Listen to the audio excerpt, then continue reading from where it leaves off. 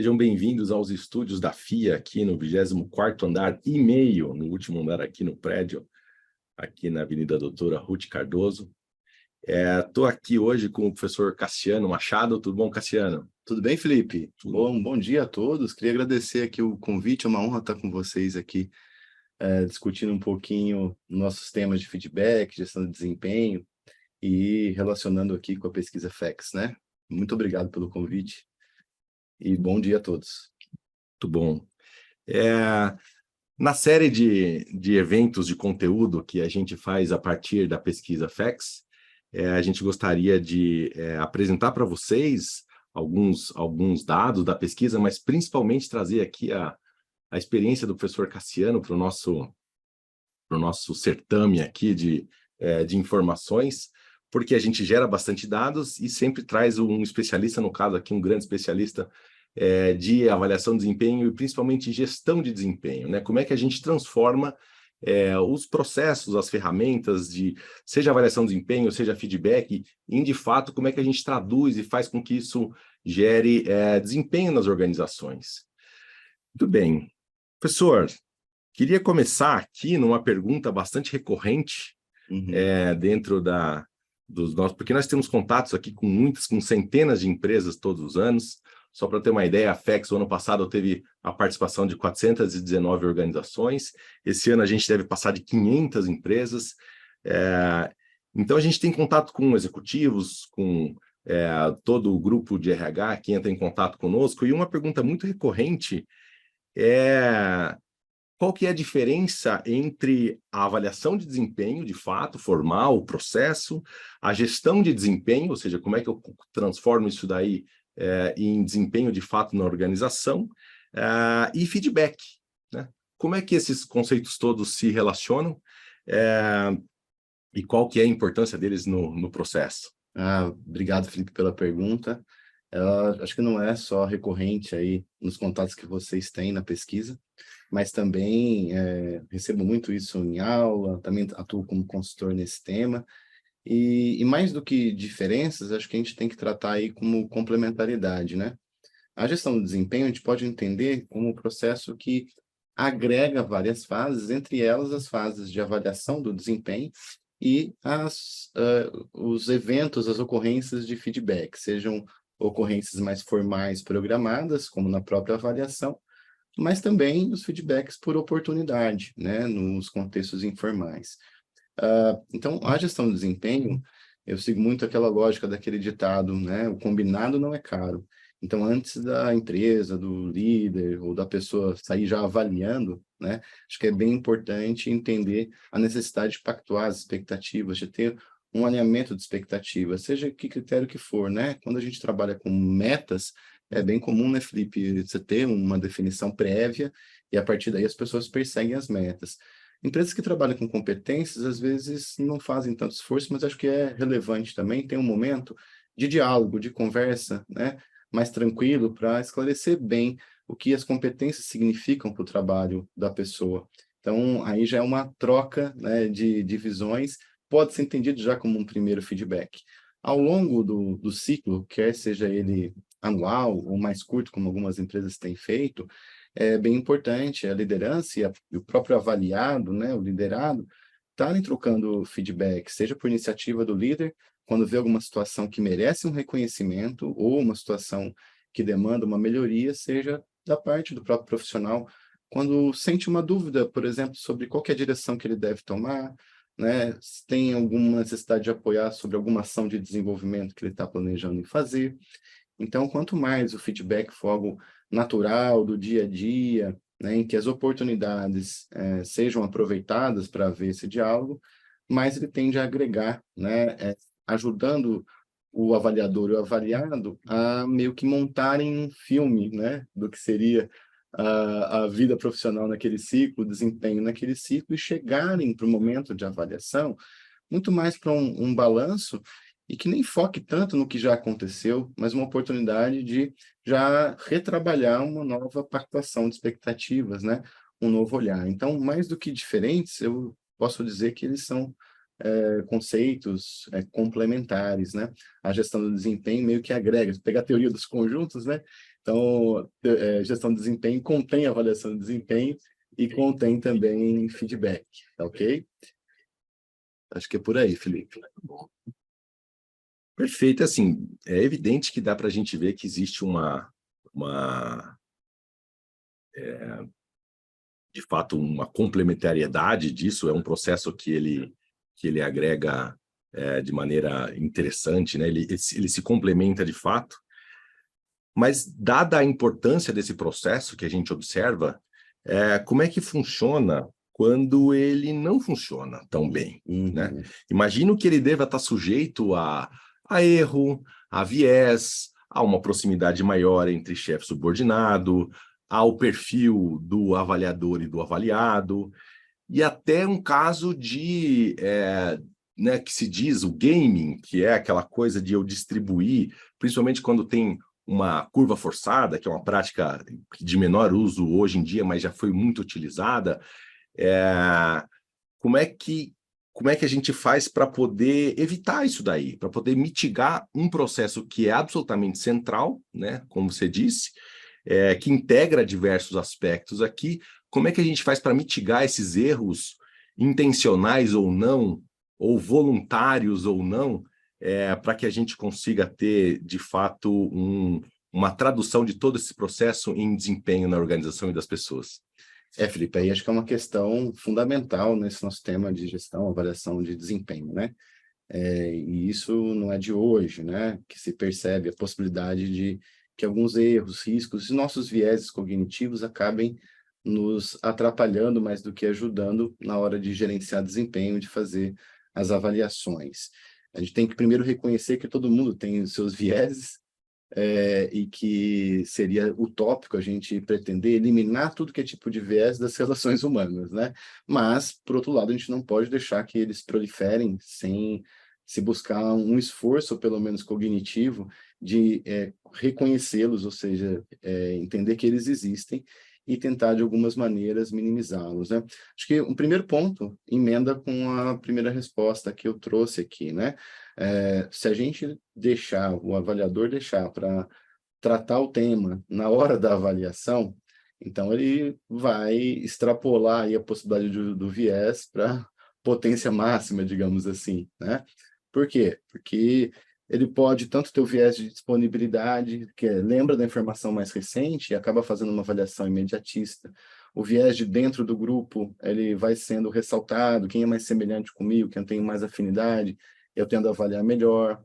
A dificuldade também do gestor se posicionar, porque ele não colheu informações suficientes para fazer uma boa avaliação. Então, uma das estratégias para mitigar vieses é tentar seguir bem aquele processo, né? E usando as conversas menos para fazer julgamentos e já achar as relações de causa e efeito, mas mais para compreender cada vez melhor o problema, né? As questões, o contexto. Então, no alinhamento de expectativas, no feedback, mesmo no momento de avaliação, lógico, sempre vai ter algum momento de julgamento. E algumas situações vão ser bem claras, em trabalhos muito bem definidos, que têm padrões muito claros, às vezes até o viés não afeta tanto, porque os padrões estão muito bem definidos. Mas no mundo do trabalho hoje, a gente encontra cada vez mais situações em que a gente não tem um manual pronto, né? Não tem tudo já pré-definido e tem que lidar com mudanças, tem que promover inovações, melhorias, então tem que fazer essa roda girar. Então, na medida em que há um diálogo aberto, com escuta ativa, em que você vai criando confiança e segurança psicológica de ambas as partes, né? Tanto o líder quanto o liderado, vão podendo criar o seu contexto comum de entendimento sobre desempenho. E na hora que chega um julgamento, além dele já contemplar nessas diversas visões, você costuma ter aí uma resistência menor ao julgamento, porque ele vai sendo construído com base nos diálogos, né? Uma outra forma também de ajudar a ir minimizando, e não é num evento só isolado, é trazer visão de outras pessoas, né? Aí, o próprio Kahneman, que estudou muitos vieses, comenta, né? E outros autores, a gente não vai conseguir tratar todos os nossos vieses, às vezes ter a visão de outros pode ajudar. Lógico, tem que ser outros que têm uma perspectiva de observação sobre aquela pessoa, não é só trazer mais gente só isso vai gerar aí a sabedoria da multidão. Não é bem assim, né? Porque as pessoas não vão ter essa perspectiva. Mas montar, por exemplo, instâncias coletivas, que ao invés de focar, né, um comitê em ficar alterando nota das pessoas, ó, tem uma curva, vamos jogar para cá, e se investe um super tempo nisso, eles podem ser muito mais uma calibração de critérios, calibração de situações, de contexto, e como elas são aplicadas, de forma a criar aí um contexto de aprendizagem, de lições aprendidas com base no processo que ajudem, então, a mitigar, a minimizar os vieses, né?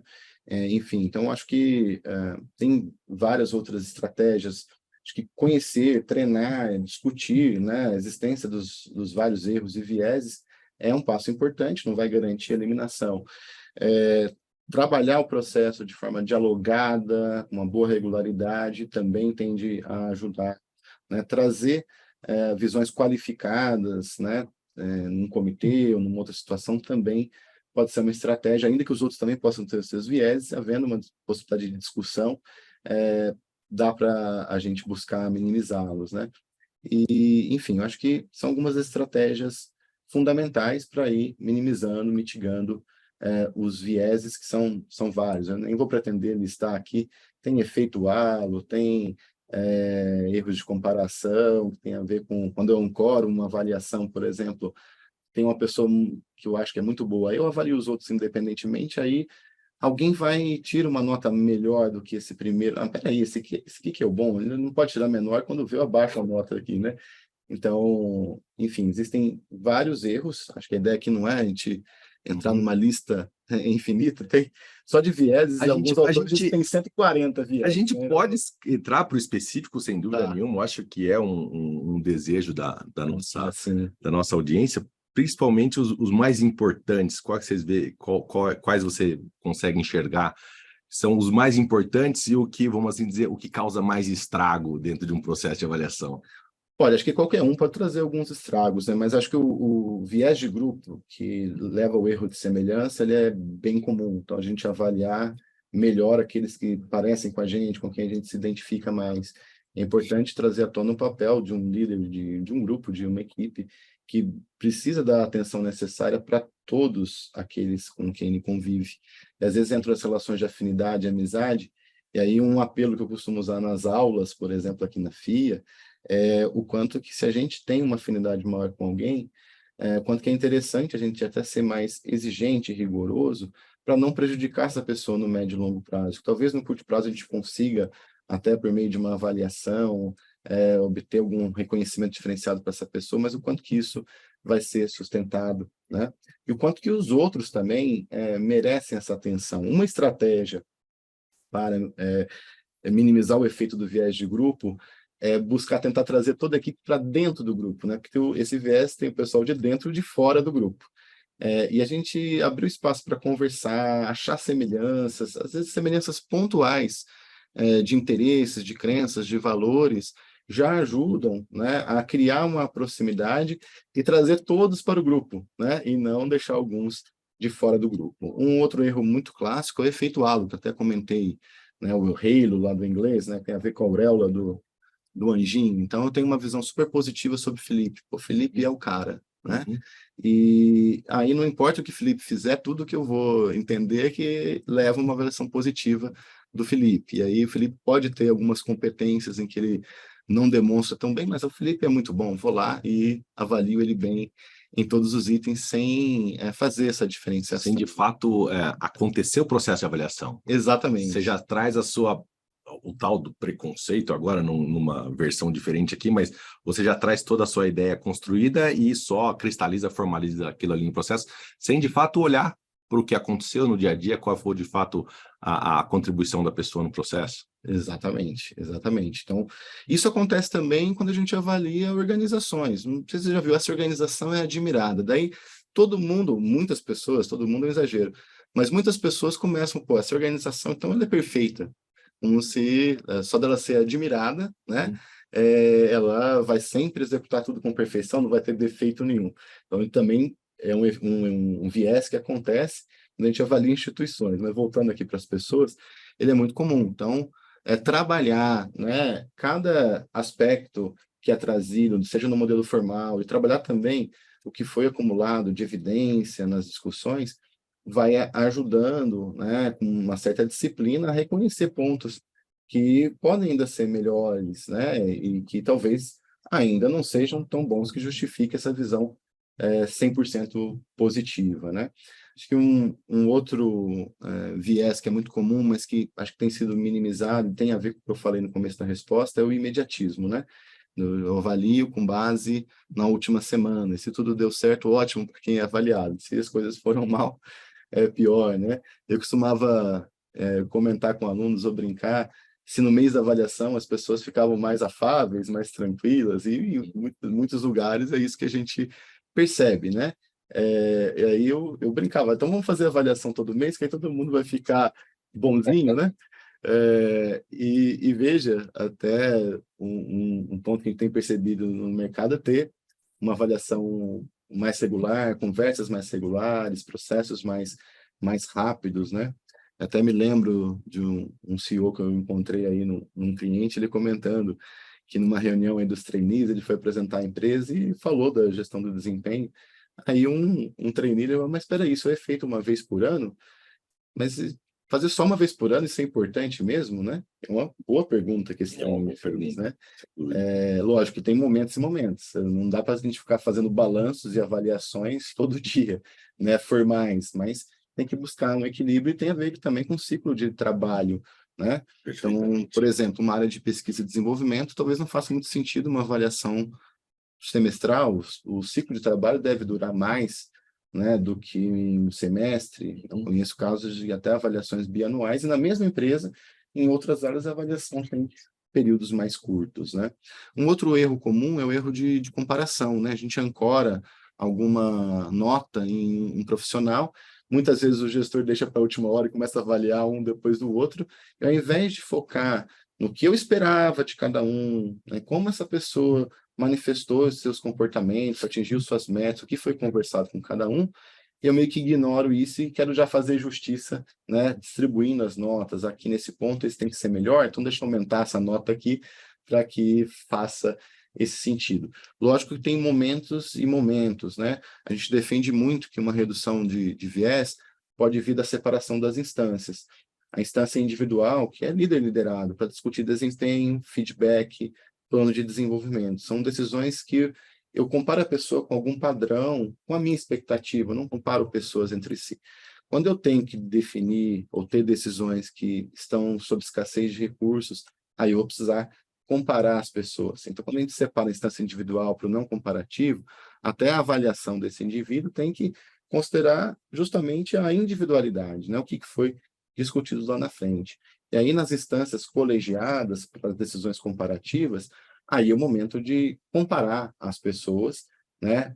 Sempre isso também vai ter suas dificuldades, as pessoas ocupam muitas vezes cargos que podem ter semelhança, mas não são exatamente iguais, elas têm um repertório diferente, quem avaliou também é diferente, mas é possível, e ao longo do tempo, né, trabalhando as decisões comparativas fora dessa instância individual, né, ajudando, inclusive, líder, liderada, a não trazer para discussão, né, a todo momento, por exemplo, quando que eu vou ter meu aumento? É uma pergunta legítima para caramba, necessária, mas se a gente começar a se preocupar só com isso, e eu conheço organizações que as pessoas nem fazem autoavaliação porque sabem que isso não é para desenvolvimento e não vai favorecer um aumento, as pessoas ignoram, não fazem e não dão um valor para o próprio desempenho e desenvolvimento, que é um desafio.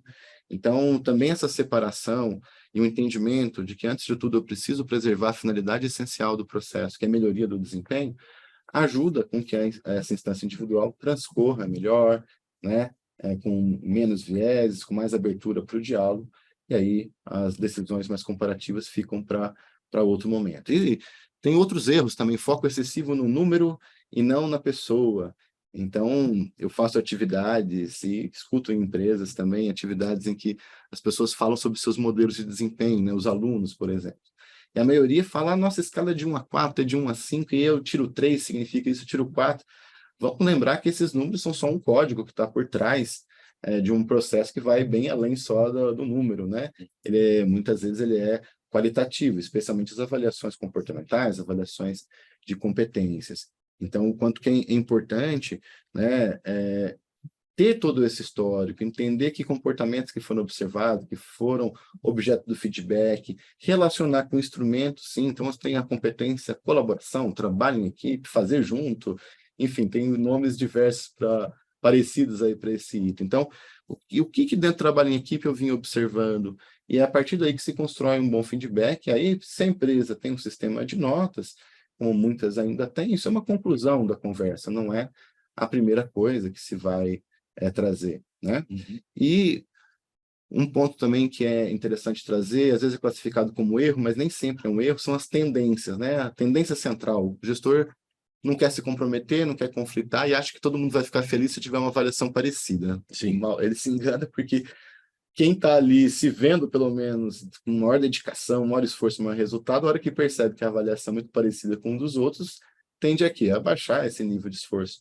E quem, digamos, não está com aquele nível de esforço tão grande, tem uma avaliação parecida com os outros, então vou ficar aqui na minha, né?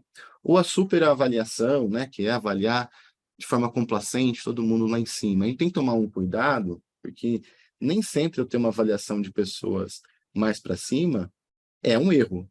Se, digamos, a liderança, a empresa tem feito a cartilha do RH, tem feito todo um trabalho, desde a seleção, adequações de perfil, alinhamento contínuo de expectativas, investimento no desenvolvimento da pessoa que tem que correr atrás, mas também o apoio da organização, por meio de desafios e suporte a vencer esses desafios, né? Processos regulares de avaliação vão ajudando com que um gestor possa construir uma equipe de alta performance, uma equipe de alto desempenho.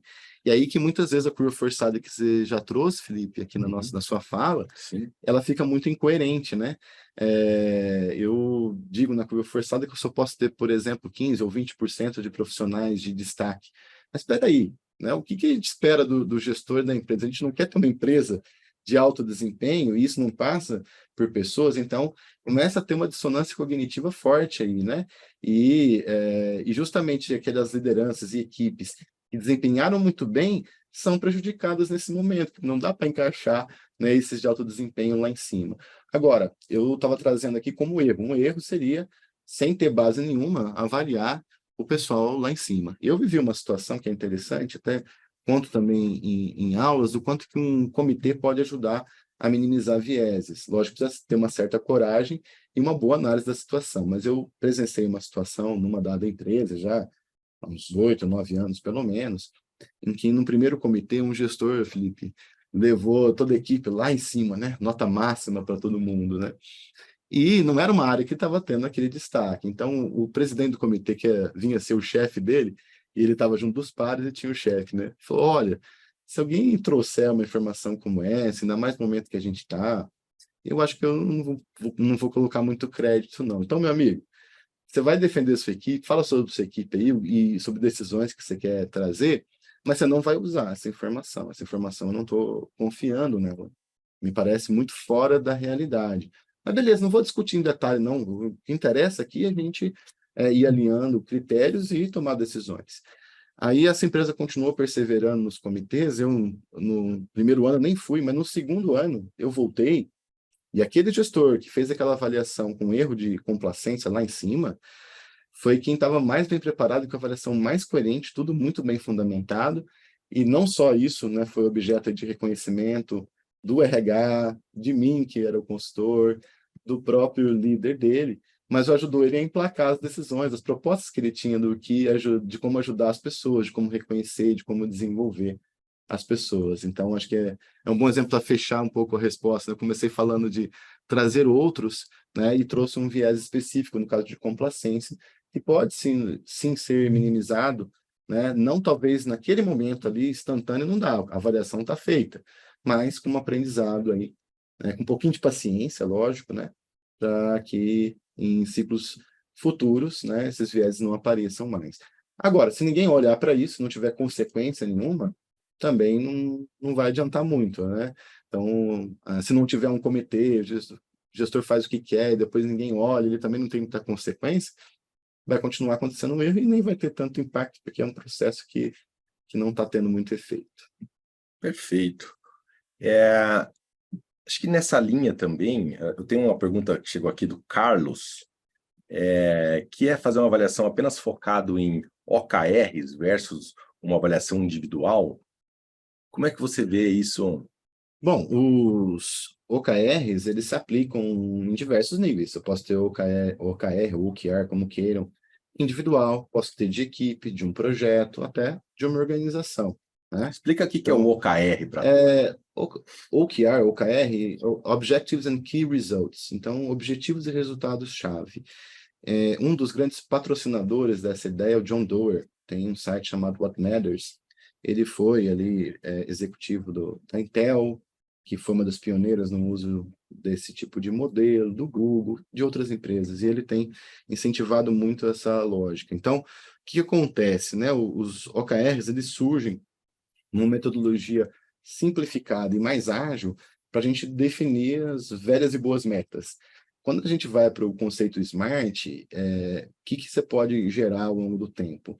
Uma busca pela perfeição e um certo preciosismo e um perfeccionismo do tipo, eu já vi, né, empresas definindo metas e ter 12, 13, 14 colunas para descrever uma meta. Então, imagina quando a gente vai cascateando isso, desdobrando para toda a organização, o tamanho dessa informação, né? Então, os OKRs são o formato mais livre e mais simples. Eu tenho que ter um objetivo, né, que é ainda uma descrição qualitativa do que eu quero, e alguns resultados-chave. Esses resultados-chave, se possível, podem até ter um pezinho no Smart, tem que ser específicos, tem que ser mensuráveis, mas não é uma obrigação, depende muito do objetivo e da dinâmica. Então, um exemplo típico é de uma startup, né? Eu tenho o objetivo de criar estrutura, e uma meta é contratar o CEO até X data, um CIO ou um executivo, uma executiva, até X data. Ela não é numérica, não é uma meta de resultado, mas dentro da programação do trabalho faz sentido com que ela apareça como resultado-chave. Então, em síntese, os OKRs são um método mais simplificado, né, que permite uma maior agilidade, permite usar em tempos distintos. Eu tenho um cliente que faz OKRs pessoais semanais, né, ligados a exercício, por exemplo, exercício físico, né,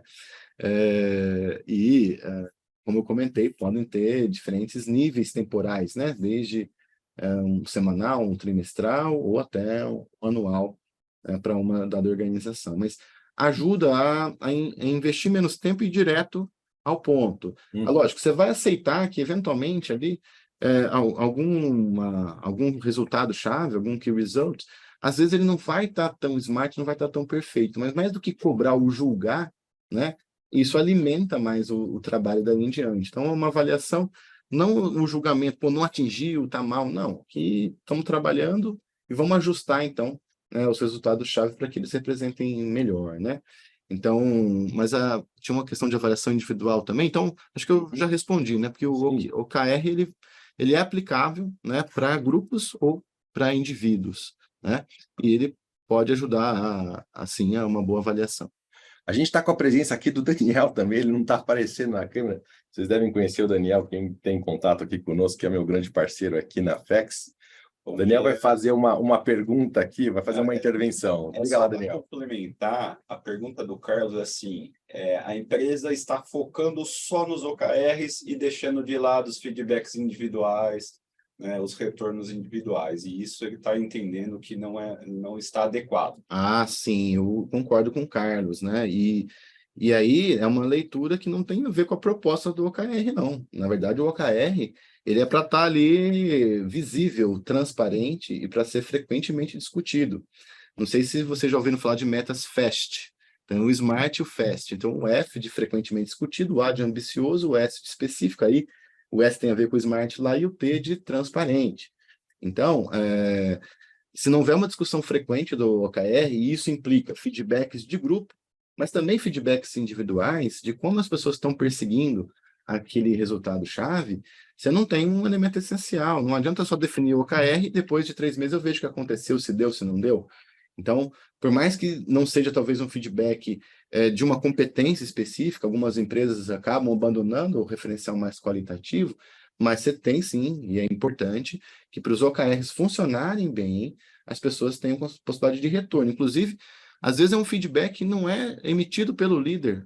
Um painel de controle de como eles estão indo, às vezes até é mais efetivo né, para ser rápido e as pessoas entenderem como estão evoluindo ou não nos seus OKRs. Então, Carlos, e demais, é fundamental, e aí aconselho o Carlos a influenciar dentro da empresa que sejam praticados feedbacks, né?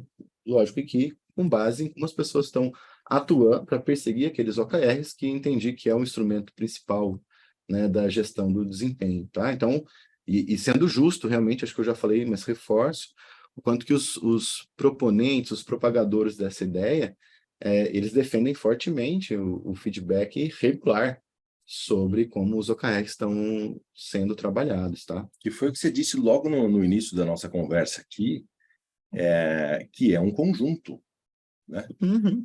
O feedback faz parte desse processo.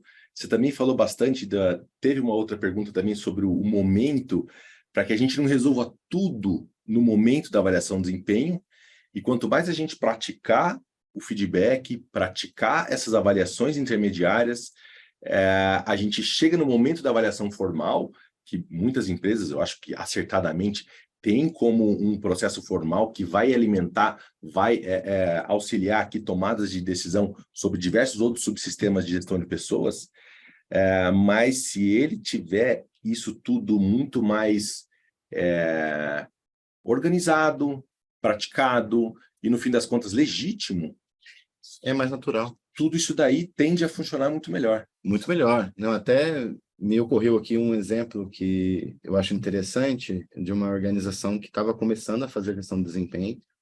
Eu não vou contar o nome do santo aqui, mas foi interessante que o sindicato foi um agente provocador do feedback, no seguinte sentido. A empresa começou, montou um processo, e aí aconteceu o que o pessoal chamou de forma divertida de fila do SUS. No Brasil, ninguém deixa nada para a última hora, né? Então, o pessoal deixou ali para o último dia, alguns gestores, né? E montaram assim, ó, vem, faz a fila aí que vocês vão assinar o seu feedback formal, olha só. E aí, fazia-se uma conversa, e aí o que os sindicalistas trouxeram? Né? Virou o dia anual do feedback. E o diretor de RH, ele tinha sido negociador sindical antes, né? E nessa época ele era negociador sindical. E ele comenta que talvez foi a única vez na carreira dele de negociador sindical que ele teve que simplesmente baixar a cabeça e dizer: você está certo, sindicalista. Por quê? O sindicalista trouxe a seguinte visão: nós não somos contra ter gestão de desempenho. Na verdade, a nossa base precisa ter mais feedback. Não estamos dizendo que é só o feedback afável, tranquilo, né? A gente sabe que o mundo do trabalho tem seus desafios e as pessoas precisam ter também feedbacks de melhoria, de correção, né? Mas quando a empresa cria o dia anual do feedback, que foi o que a empresa fez, a gente é contra, porque já passou, isso é autópsia, já foi. Então, retomando o que a gente estava falando, que o Felipe ajudou a trazer, não vamos deixar virar uma autópsia, não vamos deixar para a última hora. Na medida que vá se dialogando, a chance do processo ser entendido como justo e agregar, inclusive, para o clima organizacional, aumenta muito. Então, imagine, Daniel e Felipe, sou gestor de vocês. Aí o Felipe faz alguma coisa em março que não me agradou, que vai contra os valores e competências da empresa, ou desiste de um OKR. Aí eu deixo para conversar com ele lá em novembro, dezembro. Já foi, né? E eu, como líder, falhei. E o liderado tem total razão de ficar insatisfeito, porque ele precisava ter recebido feedback antes. Lógico que as pessoas vão reagir de forma diferente a feedbacks. Alguns gestores, ainda mais que estão iniciando na posição, podem ter alguma dificuldade de lidar com situações difíceis, mas faz parte, precisa encarar. Se não encarar, deve se perguntar sobre sua carreira. É o que eu estou fazendo numa posição de líder, né? Que vai implicar lidar com pessoas fundamentalmente. Perfeito.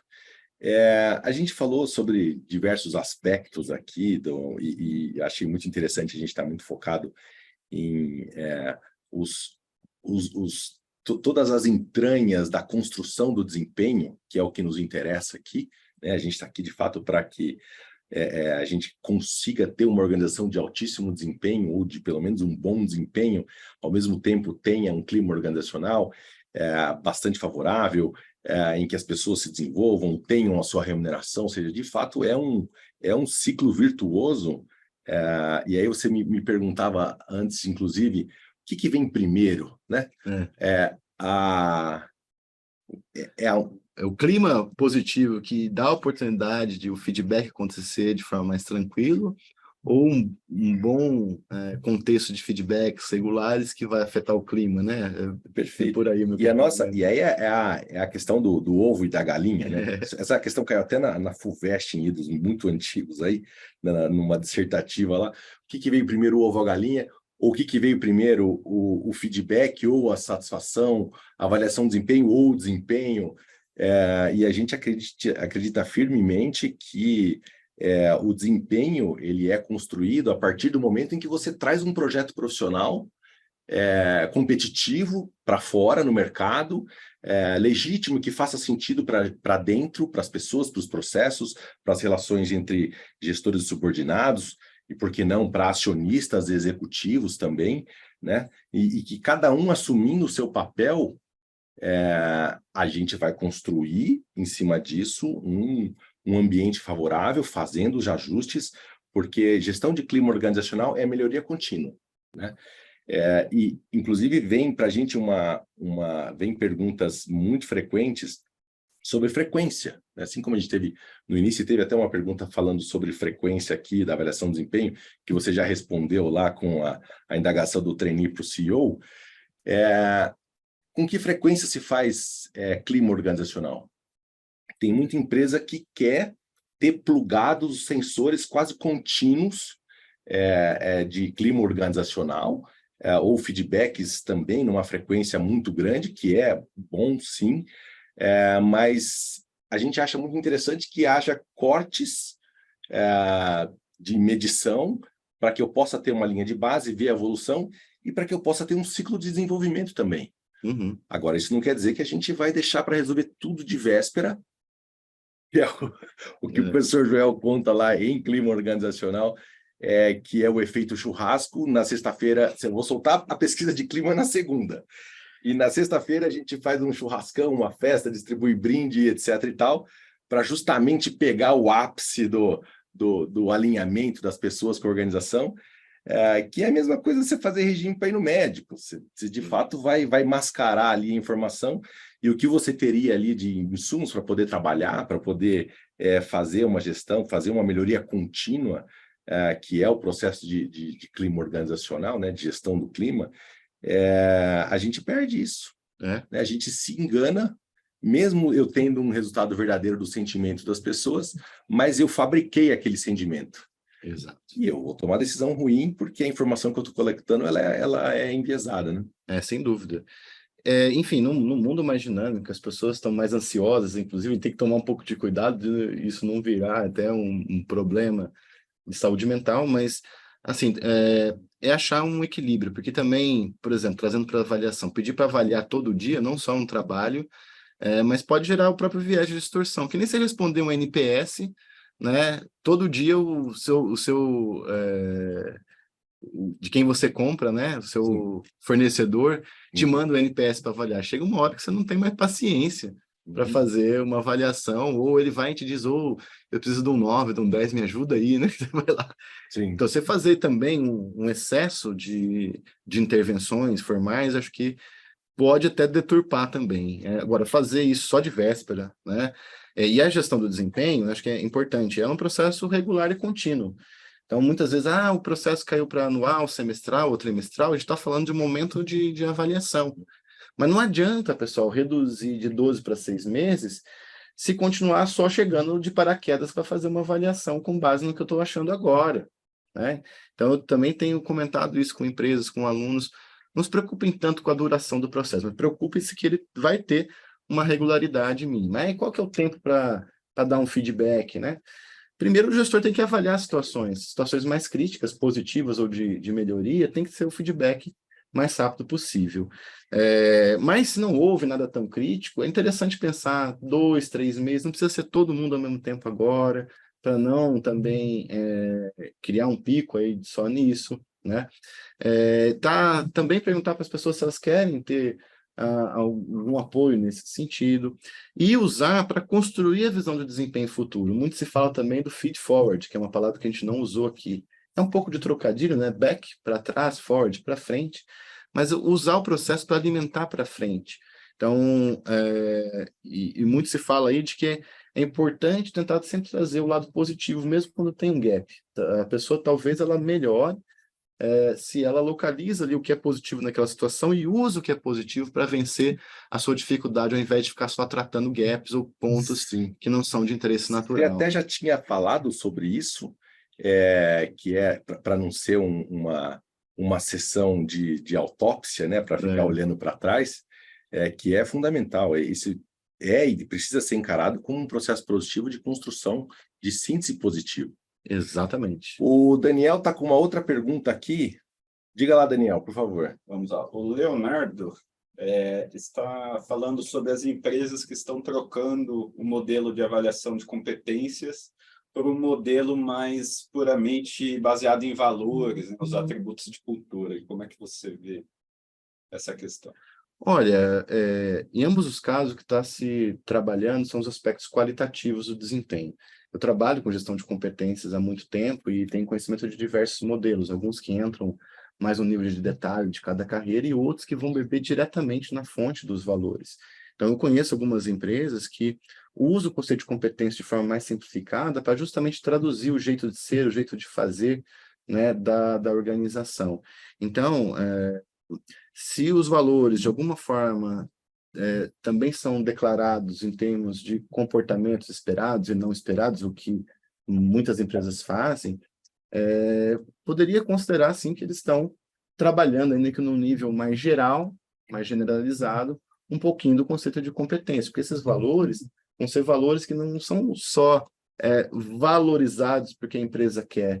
Quando a empresa define sua estratégia, seus fundamentos estratégicos, esses valores vão estar naquele projeto vencedor que o Felipe falou. E as pessoas vão poder se comportar alinhado a esse valor se quiserem estar contribuindo com esse contexto maior.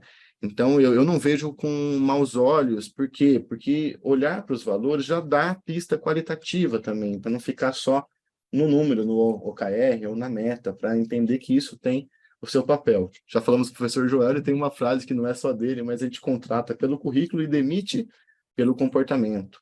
Então, mais do que fazer questão de chamar aquilo de competência ou não, acho que o importante temos sim um elemento qualitativo. A gente tem visto uma valorização do qualitativo nas análises de desempenho, da gestão do desempenho, né?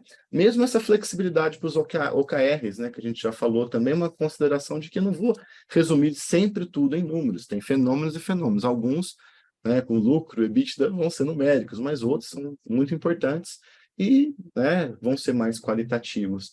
Então, não vejo com maus olhos, acho que é interessante, sim. E acho que tem um ponto, né? No mundo dinâmico, você também entrar por exemplo, competência cargo a cargo. A empresa tem 300 cargos, vai definir as competências para cada cargo. Aí você entra num nível de complexidade muito grande da ferramenta, né? E isso tende a levar a uma certa obsolescência. Além também de empresas que começam a querer escrever uma bíblia para avaliação qualitativa. Olha, para esse aqui precisa, vamos colocar essa frase, aí essa frase serve para o Felipe. Vamos colocar essa outra, serve para o Daniel. Aí, quando vê, estamos colocando frases para descrever competências para cada um, aí para você aquela frase serve, mas as outras 9 dos outros não servem. Então, você gera mais caos, né? Assim, acho que um ponto importante oportuno da pergunta não dá para escrever tudo. Então, qual que é um dos papéis do líder do liderado no alinhamento de expectativas e no feedback? É meio que traduzir. Então, eu já vi empresas trabalharem mais com perguntas, né? Uma coisa bem simples, né? Talvez não seja tão diferencial hoje, mas uma frase assim, cumpre prazos e usa bem recursos. Todo mundo tem prazo, todo mundo vai ter um recurso para trabalhar. O meu é um, o Felipe é outro, o Daniel é outro. Então, o que o gestor e o liderado, né, devem fazer nessa hora? Eles completam. Então, tem um modelo de valores com poucos comportamentos associados. Se as pessoas entenderem isso, que assim, não basta só ler, mas eu tenho que traduzir e deixar claro para quem eu vou avaliar lá na frente, o que vai representar isso? Que comportamento que ele pode adotar para cumprir com este item, né? Então, entender que é mais um guia do que já a prova, do que um teste, né, que tem que passar no teste, sabe? Então, acho que a pergunta é oportuna nesse sentido e por uma maior simplicidade e alinhamento à cultura, né, eu mesmo tenho trabalhado com alguns clientes que têm desdobrado diretamente competências do jeito de ser e de fazer. Não vejo problema nenhum. Basta que as pessoas também não esperem que venha o quê? O teste para o cargo XYZ, que não recomendo que tenha, porque isso tende a ficar obsoleto muito rápido, é muito complexo, né, e não vai ajudar para alinhar com os valores, vai ajudar a alinhar com aquele trabalho de hoje que é feito até o momento, né? Então, acho que é buscar esse equilíbrio, sim, não vejo contradição, né? E no modelo mais dinâmico, reforçando, as lacunas não vão estar todas preenchidas ali no modelo. Cada líder liderado vai vivendo a vida e coisas vão acontecendo muitas vezes sem previsão nenhuma. Então, fazer a conexão dos fatos e dados com o modelo que é mais importante do que ele já escrever antecipadamente os fatos e dados que vão servir sempre para todas as avaliações. Perfeito. Daniel, tem mais uma pergunta que veio da nossa audiência. Então, temos várias perguntas aqui, acho que a conversa está muito boa. Nessas questões de competências, né, tem a Luciana perguntando sobre as empresas que utilizam as mesmas competências para todos os cargos, os mesmos descritivos para todos os cargos. Acho que junta bem com a pergunta anterior, né? Que é o quê? Provavelmente, a competência com a mesma descrição ela vai estar calcada nos valores da cultura, né? Nos fundamentos estratégicos da empresa, né? Pelo menos nesse formato que eu vi esse tipo de situação acontecer, né? E aí, aquilo que eu acabei de falar, de o gestor e o liderado entenderem que isso aqui é só um guia, não é uma prova, um teste, e que eu preciso contextualizar o que aquilo significa para o trabalho de cada um, né? Com a dinâmica do trabalho que você tem hoje, não é necessariamente problemático. Mas a gente entende também que não é muito fácil um líder, né, que tem uma equipe diversificada, de auxiliar até especialista, e ele ter exatamente sempre o mesmo texto. Ele tem que fazer o esforço. Como é que eu vejo a colaboração do especialista? O que eu espero de colaboração? O texto de colaboração, trabalho em equipe, o que quer que seja, é o mesmo. Mas o que eu espero e eu alinho com ele, olha, você é um especialista, cara, então você tem que ajudar aqui com que a equipe se integre. Não é só um cara técnico, você é uma referência aqui. Auxiliar, eu espero que você busque ser receptivo, né, ao que os outros estão trazendo, faça as suas perguntas, que você está em aprendizado. Eu não preciso trazer isso tudo para o instrumento. Posso até ter um modelo que traga de forma mais específica, né, seja por nível de complexidade, por carreira, justamente itens um pouco mais específicos que considerem a complexidade. Aí é uma avaliação que tende a ser mais robusta, que dá mais elementos prévios, não quer dizer que também já seja a prova pronta, o teste pronto, mas, né, pode ajudar também, né? E às vezes o que as empresas vão fazendo é evoluir o seu modelo, né? Então vamos começar o mais simples possível aqui, né? Keep it simple. Vamos primeiro consolidar valores com base nessas competências gerais. E aí isso já dá um certo resultado de alinhamento, se der certo. Aí alguém como a colega Luciana, né? Isso, ela coloca, mas talvez já tenha um desconforto, ela passou 1, 2 ciclos, puxa, aqui a gente já conseguiu resolver, mas agora o meu problema é outro, mudou de patamar, porque a minha avaliação é muito genérica. Então, uma coisa não impede, o modelo original não impede de haver uma evolução e começar a se trabalhar, né? Ó, vamos segmentar, então, os públicos. Uma coisa que eu vejo raramente é ter exatamente igual para todo mundo. O que eu vejo tem as competências que tem uma descrição para a liderança, né? E tem competências, às vezes as mesmas, com uma descrição diferente para quem não tem um papel de liderança. Então, dificilmente é tudo igual, né? Você costuma ter, pelo menos, alguma diferenciação.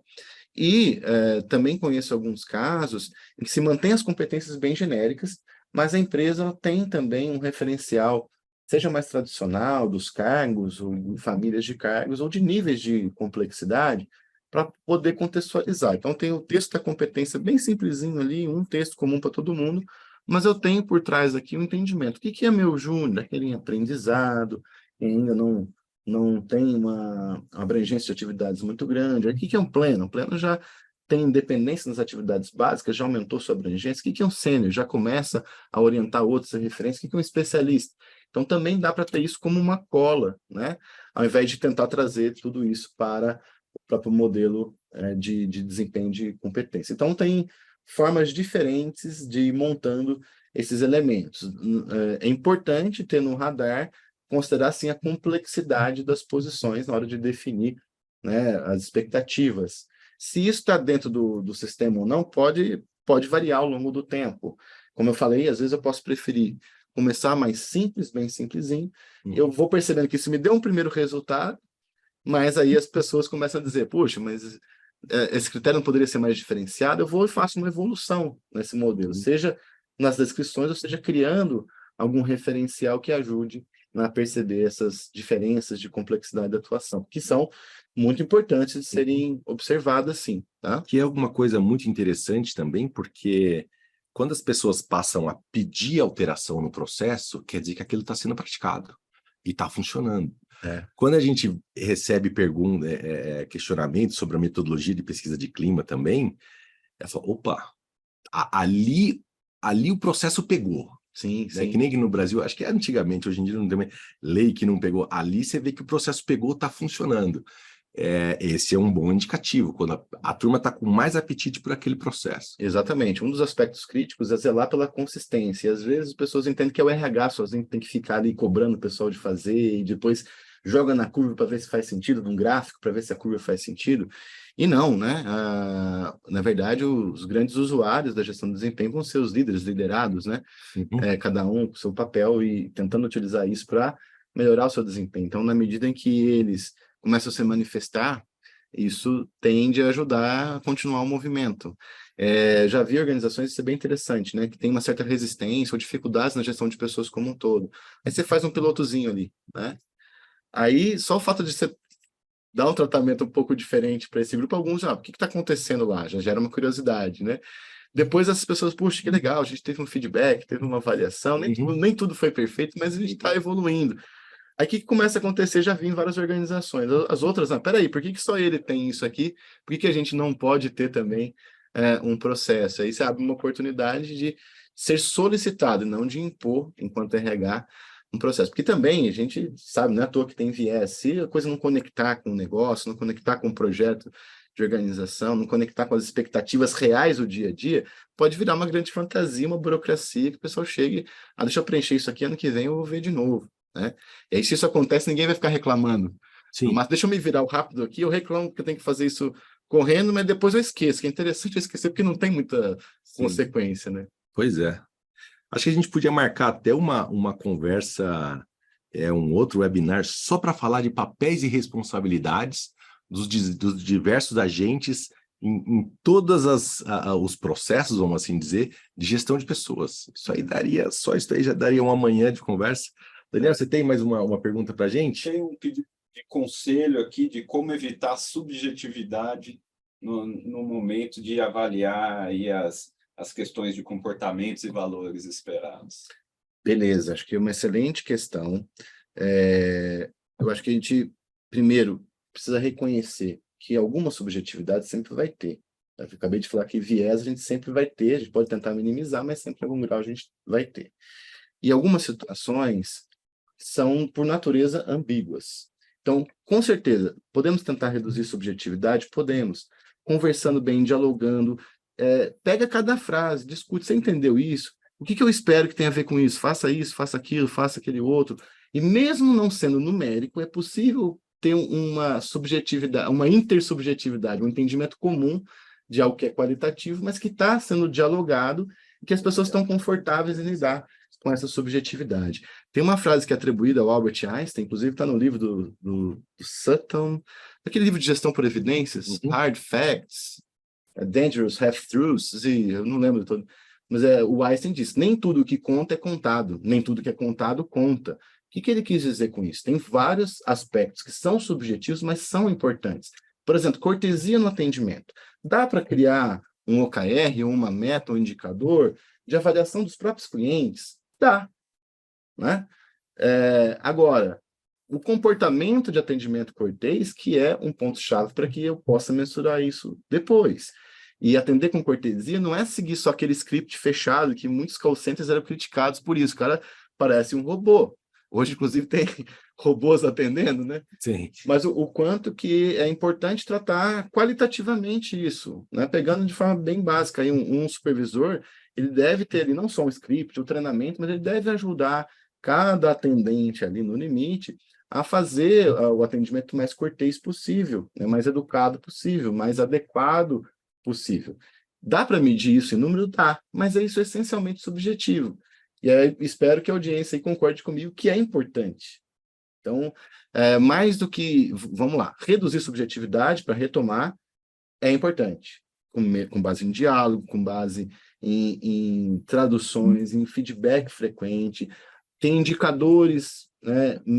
Alguns são possíveis, né? Se eu estou em uma competência de foco no resultado de prazos, dá para associar alguns prazos para esses pontos para minimizar essa subjetividade. Mas mais do que querer acabar com as ambiguidades e subjetividades, um grande desafio é como é que a gente lida quando as coisas são mais subjetivas, quando são mais ambíguas, o quanto que às vezes nas empresas o líder parece que tem que ser o dono da verdade, tem que ter todas as respostas, e ninguém vai ter, né? Então, tanto reduzir subjetividade, tentei dar algumas dicas, acho que vem na linha desde a primeira questão, mas também entender que nem sempre vai dar para eliminá-la, e vai fazer parte dos desafios lidar também com as ambiguidades, com as subjetividades que vão ser da natureza humana, da social, do convívio social. Perfeito. E é assim que a gente vence a inteligência artificial? Brincadeira. Mesmo Rapaz, porque eu acho... Não, é brincadeira. Mas disse que teve aquele jogo, acho que é chinês, aquele jogo super complexo, né? Que há alguns anos o computador tinha ganhado. Aí um cara novato ganhou do computador agora. É Eu mesmo? tava ouvindo a CBN esse dia, mas aí não tem muita... Não tem, era mais... Mas eu falo assim, não, a gente vai até as 2 da tarde aqui. Pessoal, teria, assim, muitas perguntas muito interessantes, e eu, inclusive, estou dizendo, assim, as perguntas que vieram foram muito mais interessantes do que o roteiro de perguntas que a gente criou aqui, porque esse é, de fato, o nosso papel aqui, que é responder às dores reais de vocês, profissionais, que estão aí no dia a dia, conduzindo esses processos, e aí essa é uma ideia do papel do profissional de gestão de pessoas, que eu acho que é uma outra conversa que a gente precisa ter aqui. E para fechar, professor, tendências, para onde a gente está indo? Olha, eu acho que meio que sem querer a gente já foi trazendo algumas dessas tendências, né? Primeiro, ao invés de focar como se fazia 10, 15 anos atrás, ainda se faz, em fazer o melhor julgamento sobre o passado, o melhor julgamento possível sobre aquele passado, para fazer a avaliação em tese perfeita, né? E tomar decisões com base nisso, achando que isso necessariamente vai realimentar o desempenho futuro. Muitas empresas têm focado na construção do desempenho gradativamente ao longo do ciclo, né? Acho que a gente já falou um pouco disso. Então, abordagens em tempo real, né? Uso de tecnologia, simplificação de modelos. Vamos lá, a gente discutiu numa das perguntas, modelo por cargo, modelo por eixo, modelo simples de valores. O que a gente percebe? Não dá para ter um modelo super complexo e querer que as pessoas olhem isso com regularidade, mesmo que não seja para avaliar formalmente. Eu tenho que tentar sintetizar isso. Então, uma simplicidade dos modelos, tenho percebido fortemente ser relatado em artigos. Na minha experiência, até a gente já tem forçado um pouco mais a barra, né? Antes a gente levava, por exemplo, 10 competências para escolher, gente, escolha até 7, e o pessoal não conseguia baixar de 9. Hoje a gente leva 6, 5 tentando cair, porque a gente sabe que ali não é para cobrir tudo que vai ter. Quem vai ter que cobrir tudo é o líder com o liderado na hora que eles estão fazendo a leitura de como aquilo se aplica ao contexto de cada um. A questão de flexibilidade, né? Entender que cada indivíduo é diferente dos outros e as áreas também são diferentes. Então, desde tempo de ciclo, como falei de P&D, 2 anos, até mesmo ter processos, características diferentes dentro da mesma empresa. Às vezes as pessoas estão muito preocupadas se está igualzinho o que o outro está fazendo, mas esquece que o trabalho do outro não é igual, né? A valorização da individualidade, a avaliação de desempenho, ainda mais curva forçada, modelo tradicional, acaba forçando a gente a enquadrar como todo mundo tivesse que estar exatamente no mesmo padrão, e a gente acaba perdendo a possibilidade da diversidade dos indivíduos aflorarem, né? Às vezes também nos PDIs eu só trato o gap. Todo mundo tem que ter exatamente o mesmo nível de atendimento em tudo. E esqueço que eu tenho uma equipe e às vezes um ponto que não é tão forte de alguém, tem outros 2, 3 na equipe que vão muito bem, suprem, e essa pessoa tem um ponto forte que os outros não têm. Eu estou trabalhando numa equipe, né, que vai se tornar uma equipe de alto desempenho. Então, olhar as individualidades e compor equipe também é importante. Acho que queda de curva forçada, vários estudos vão mostrando. Primeiro que as pessoas não gostam, né? O texto lá do Capelli e da Tavis traz uma pesquisa que tanto líder quanto liderado, enfim, nossa, isso é muito desconfortável, muito ruim, não faz muito sentido.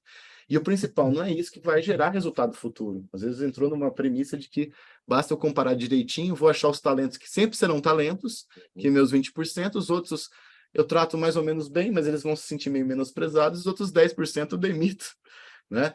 Então, isso não tem sido tão mais utilizado pelas empresas. Ainda tem empresas que eu conheço que usam, mas eu costumo ver com um pouco aderência ao momento futuro. Deixa eu ver se tem mais alguma tendência aí. Falei de tempo real, de construção do desempenho futuro, de ter sim julgamento, mas balancear muito com essa construção do desempenho futuro, olhar para a individualidade, a flexibilidade.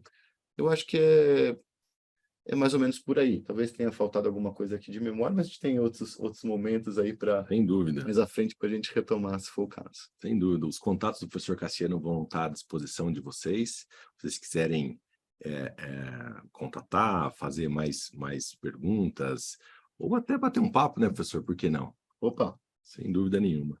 E eu queria puxar aqui, então, para alguns dados que nós temos. A gente vai até às 11h30, viu, pessoal? Que a gente traz da pesquisa, né? Então, nós temos aqui o grupo de empresas, que nós tivemos ali uma massa grande de empresas que participaram conosco na pesquisa. Tá. Deixa eu dar um share screen aqui para vocês verem a tela cheia. Então, a gente tem aqui uma divisão das empresas que gostariam de estar entre os lugares incríveis, participaram da FEX e não conseguiram estar entre os lugares incríveis 2022, né? E aqui nós temos a resposta das pessoas, tá? Em que a gente vê, a pergunta foi feita se a pessoa teve avaliação formal, e dá para ver que ficou bem divididinho. 2/3 das não classificadas das pessoas disseram aqui que tiveram avaliação formal, e 1/3 diz que não teve. Nos lugares incríveis dá para ver que já existe uma divisão bem interessante, né, mais favorável aqui para uma frequência maior de avaliação de desempenho. Lembrando que as empresas que participaram do processo, tentaram estar entre os lugares incríveis para trabalhar, já são um extrato bastante diferenciado do mercado. Então, isso daqui nem seria a média nacional, já é um grupo de empresas que está num estágio mais elevado, porque a gente sempre guarda aqui a relação de 3 empresas inscritas para uma classificada entre os lugares incríveis, para de fato ser uma lista diferenciadora, né? E nos lugares incríveis ainda existe um espaço importante aqui para que nós tenhamos o processo de avaliação de desempenho, mesmo, né, formal, mesmo que algumas organizações tendam a não utilizar esse processo aqui de maneira formal. E na evolução disso daqui, a gente pergunta para as pessoas qual foi o resultado da sua avaliação de desempenho, e a gente achou bastante interessante trazer isso daqui. Então, aqui nós já eliminamos as pessoas que disseram que não têm avaliação de desempenho formal. E nós temos aqui que 18% das não classificadas dizem que superaram a expectativa da avaliação de desempenho, 39% diz que atendeu a expectativa, 5% atendeu parcialmente, ou seja, ficou abaixo do esperado, e 3% diz que não foi informado do resultado, ou seja, eu passei pelo processo de avaliação e não fui informado. Dá para ver que aqui o grupo dos lugares incríveis, a gente está cortando aqui aquele 80% que diz que teve avaliação. Nós temos aqui 1/3 das pessoas que estão acima da expectativa, 43% dentro da expectativa, e também um extrato um pouco menor aqui do atende parcialmente e o não fui informado. E o que a gente achou interessante trazer esse dado é que a gente consegue utilizar a avaliação de desempenho, avaliar aqui os grupos, né? Então, aqui eu tenho o superei a expectativa. Isso aqui a gente fez uma fusão dos 2 grupos aqui, tá? Para não trazer muito dados em excesso, mas fazendo uma fusão aqui, nós temos que cerca de 25% superou a expectativa aqui, né? E esse grupo de 25% que superou a expectativa me devolve um clima organizacional de 91,1 pontos. Né, de clima organizacional. Dá para ver aqui que essa linha roxa é a média de todas as empresas participantes em termos de clima organizacional, que é 86,1 pontos aqui. Quem está dentro da expectativa também tem um clima organizacional mais elevado do que a média. Quem disse que atendeu parcialmente os resultados, ou seja, eu fiquei abaixo do esperado, me devolveu um clima organizacional de 82,8 pontos. E o pior de todos, né? E é bem interessante ressaltar isso daqui, apesar de ser um extrato pequeno da população de respondentes, que diz que não foi informado sobre o processo de avaliação de desempenho, ou seja, eu passei por um processo de avaliação, mas eu não recebi um retorno, eu tenho aqui um clima organizacional de 80,5 pontos. E aqui, de certa forma, a gente consegue ver que as pessoas poderiam estar numa condição de uma gestão negligenciada, professor Cassiano. E eu devolvo aqui para a nossa câmera central. Sim, eu acho que, primeiro, a gente sempre tem que ter uma certa ressalva, o cuidado quando a gente observa a distribuição das notas de avaliação e quanto que isso já corresponde a um desempenho organizacional. Mas a gente sabe que outros elementos podem estar aí, os próprios estereótipos, vieses que a gente falou no começo, né? O momento de cada um. Às vezes eu tenho um excelente profissional, mas ele acabou de ser promovido, está começando a se inteirar. Mas vamos considerar que esses erros todos se compensam, né? E, então dá para a gente perceber que há um destaque nas organizações classificadas em relação à superação e atendimento de expectativas. E acho que isso também desmistifica um pouco aquela história. Tem um colega nosso aqui da FIA, o professor Ademar, que ele, quando eu ia falar de desempenho, ele sempre fala, sabe aquela coisa que ninguém quer fazer, que sempre vai ser ruim?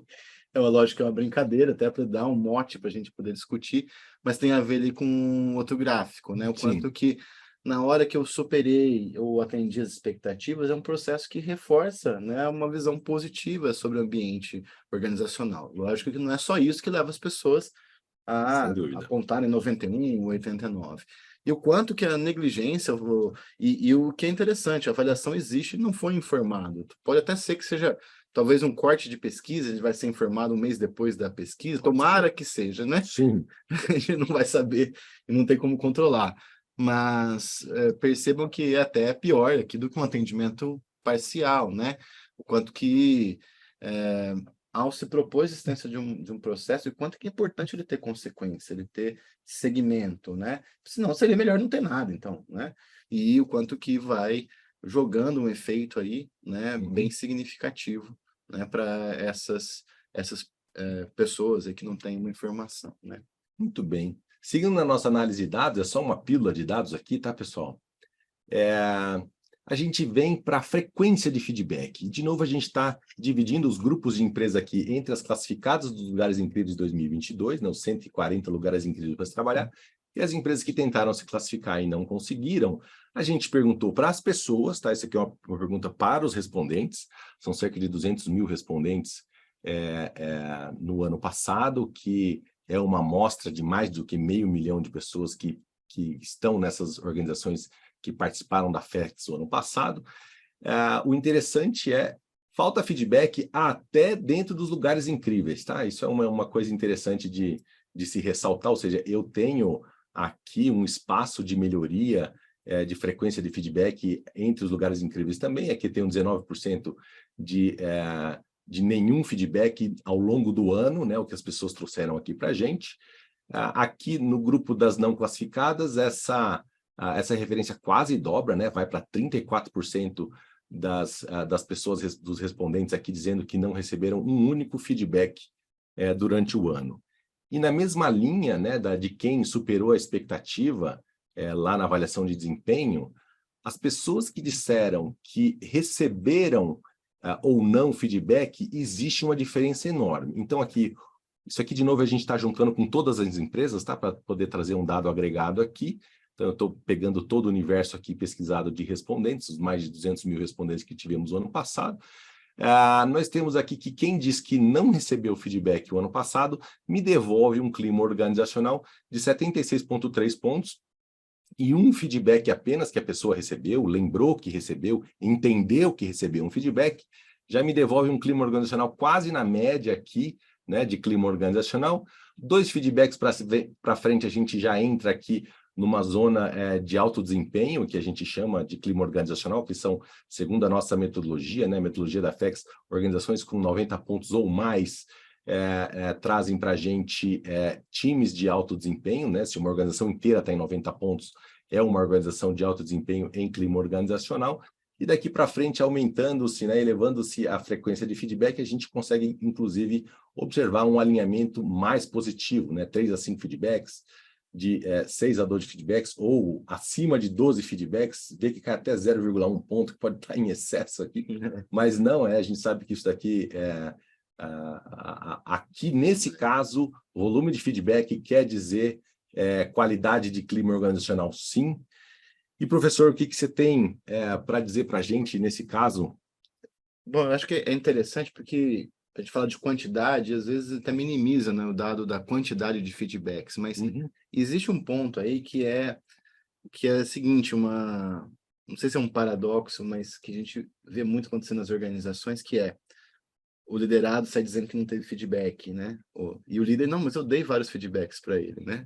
Então, onde que está aí o X da questão, né? Quais as percepções? Então, provavelmente vão ter casos diversos, mas uma dica aí para os líderes, primeiro talvez não chegar dizendo, vou te dar um feedback, isso pode até gerar uma certa tensão, mas depois que foi conversado sobre o trabalho, lembra que isso aí foi um feedback, até um feed forward, que você está jogando para frente, né? Tentando trabalhar a melhoria, tá? Não se esqueça disso que foi, porque aí você demarca que foi dado. E aí, essas pessoas, provavelmente, elas não estão falando de tudo que é tipo de feedback, elas estão trazendo uma quantidade de feedbacks que tiveram algum valor para elas. Sim. Né? Porque feedback, no sentido mais amplo, fora de desempenho, é todo e qualquer retorno da comunicação, até um não verbal. Né? Você basta olhar o processo de comunicação, que vai ter uma partezinha dele lá que o receptor devolve para o emissor e inicia um diálogo. Então, só que aí, lógico, é comunicação em geral, não estamos falando de desempenho, pode ter vários vícios, vários problemas nessa comunicação que, às vezes, é feedback, mas não é percebido como feedback e não está focado em desempenho.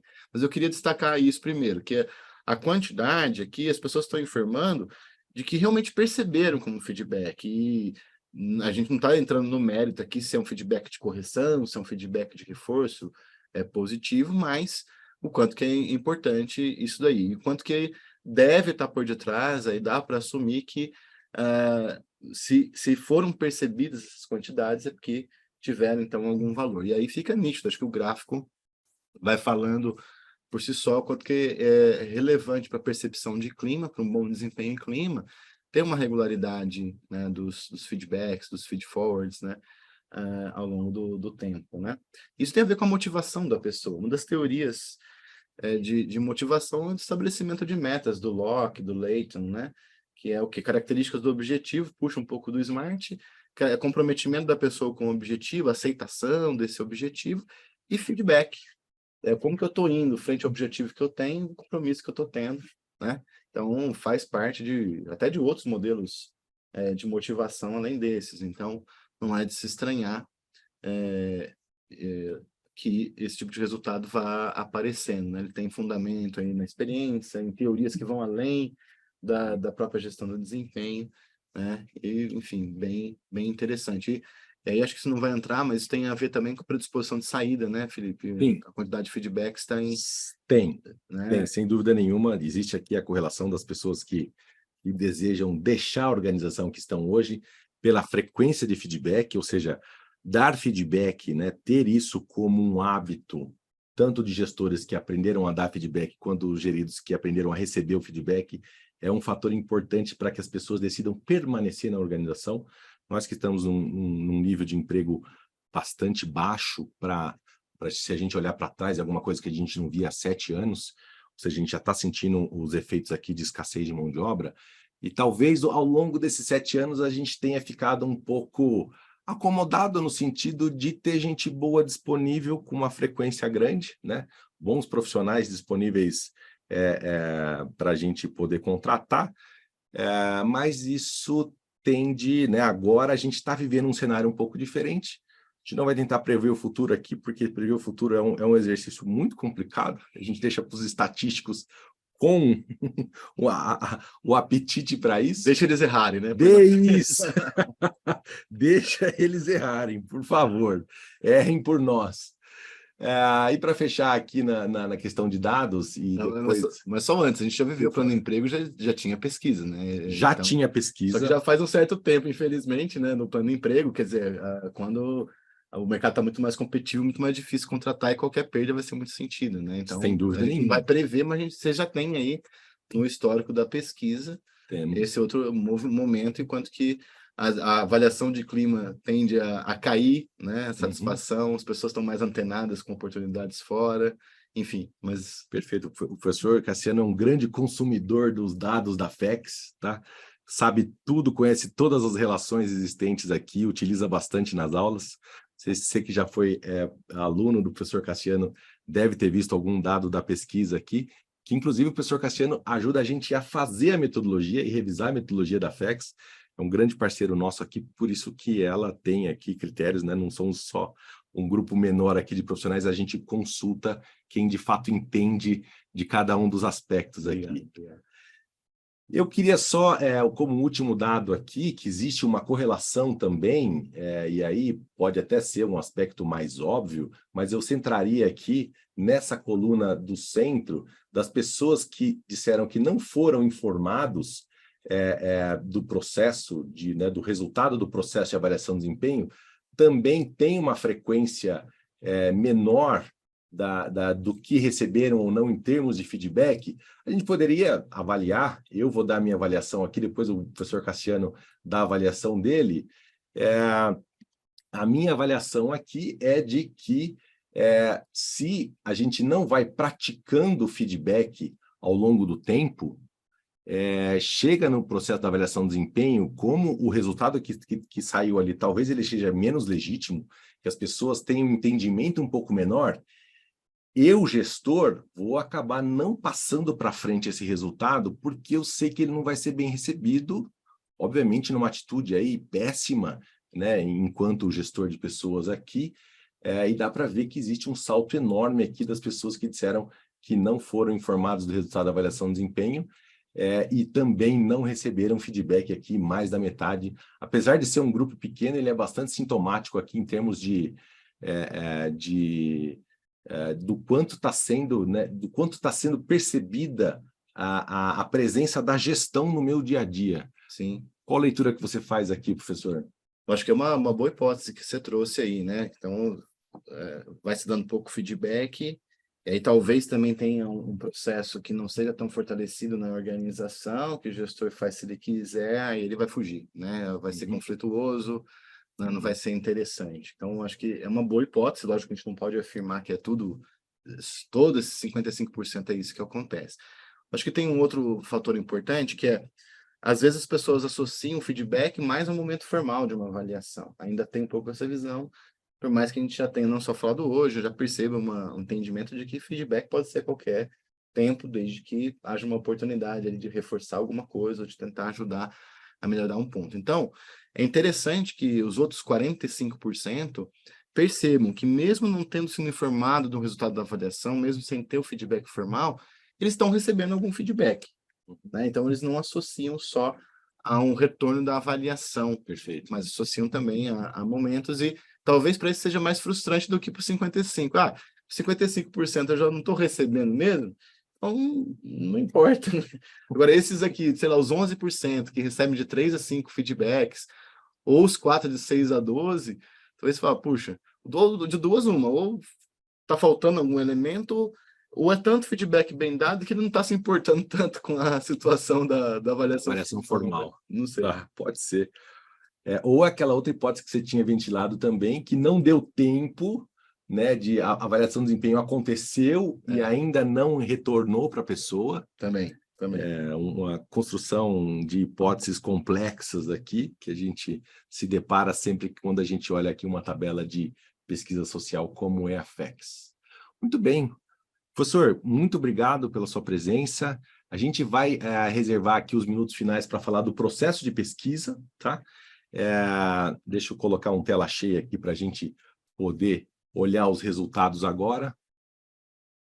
E uma palavra final, professor, para a gente aqui, antes da gente falar de processo de fato?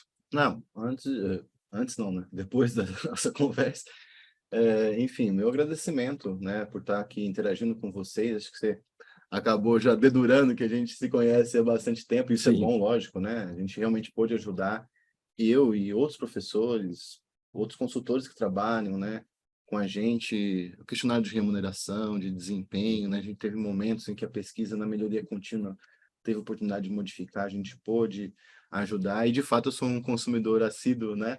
Volta e meia, Felipe, me manda um dado aí, Daniel, me ajuda aqui, esse dado aqui tá de 3 anos, aqui eu preciso atualizar e tal.